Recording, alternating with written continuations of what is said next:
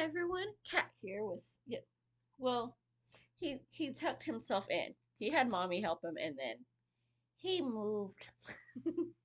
There wasn't enough extra cushions here for the little man. But it's Tuesday. Well, kind of. I'm gonna be posting this on Tuesday. In case you're wondering, yeah, I do shower and change clothes. This is the same outfit from Monday's video. Cause they're back to back. Got my Harry Potter and my skulls and my pumpkins, and we getting into it. And I am very behind on tags because, well, there's a lot of them out there. I get behind, and then I have not been doing a lot of filming lately, as some of y'all might have noticed. So we're gonna jump back into this with a very short tag from like one of my favorite chaos gremlins. This is an original tag by Noah the Bookworm, and so we gonna have some fun with this. This is one that doesn't take a lot of mental preparation, which is perfect for me because I so am not ready for that. But it's the book murderer tag, which I love it. He was getting on Elaine for being a book murderer, and when they did a live stream together, and it was freaking hilarious. And you have not checked her out yet, you need to. I will be dropping some links below. And eventually I will get to the amazing Gavin and the super sweet like Alan's tags that they have been tagging me on over at Genre Books and uh big hard books and classics. So, yep, I haven't forgotten those tags, and I'm very appreciative of it. I will be trying to get to those. But for now, we're going to see how much of a book murderer I am. Gas! Or gas, as he says sometimes. So, this is a very short one. We only have 6 prompts, including tags and folks. And hey, if I've already called you out and you haven't done it, consider yourself tagged. Because I don't think I'm too far behind in this one. So, question 1. What are your thoughts on spine breaking? I'm just gonna go with I'm a book murderer and make him gasp because I do it. It just means you really love the book because I'm sorry, it's gonna be read. Sometimes you gotta get in there because the margins are freaking tiny. Or it's a really big freaking book. Like, honestly, I'm surprised this spine isn't broken, but I also only read a very tiny bit at a time. And it is very kind with the margins. Like, you ain't gotta get in there that far yet. And I'm not that far into reading this to y'all. But some of these other books, I have read them several times. And some of them, they aren't broken because I have new-ish Harry Potter books. My first and second ones. Yeah, those spines were broken all to bits and pieces. It just means I love the book. It got read several times. Or other people loved it because a lot of my new books are from secondhand, or secondhand. I might be the 5th or 6th by the time I get to it. Might have read it a couple times first as well. So we gotta love the books. We gotta break those spines.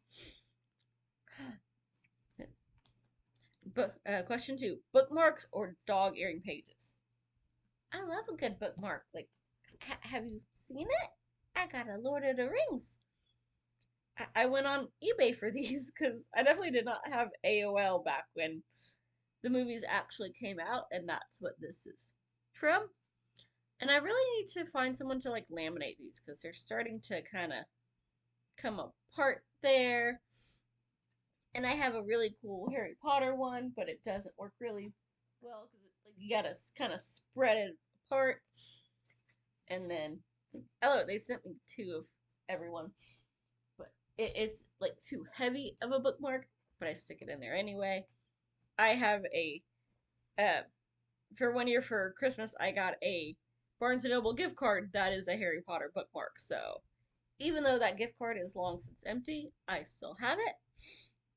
Dog earring pages, I probably did that when I was younger and didn't read very much. Provided it wasn't like a library book. Now, I mean, it happens sometimes because, you stick the book in your bag while you're traveling or whatever and it gets slightly abused. But I don't do it on purpose. Number 3, page tearing or ripping. Kind of the same deal. When it happens, it is very sad. but it happens. So you just get that really stiff freaking paper. Like, it's good quality, but it's stiff and it tears.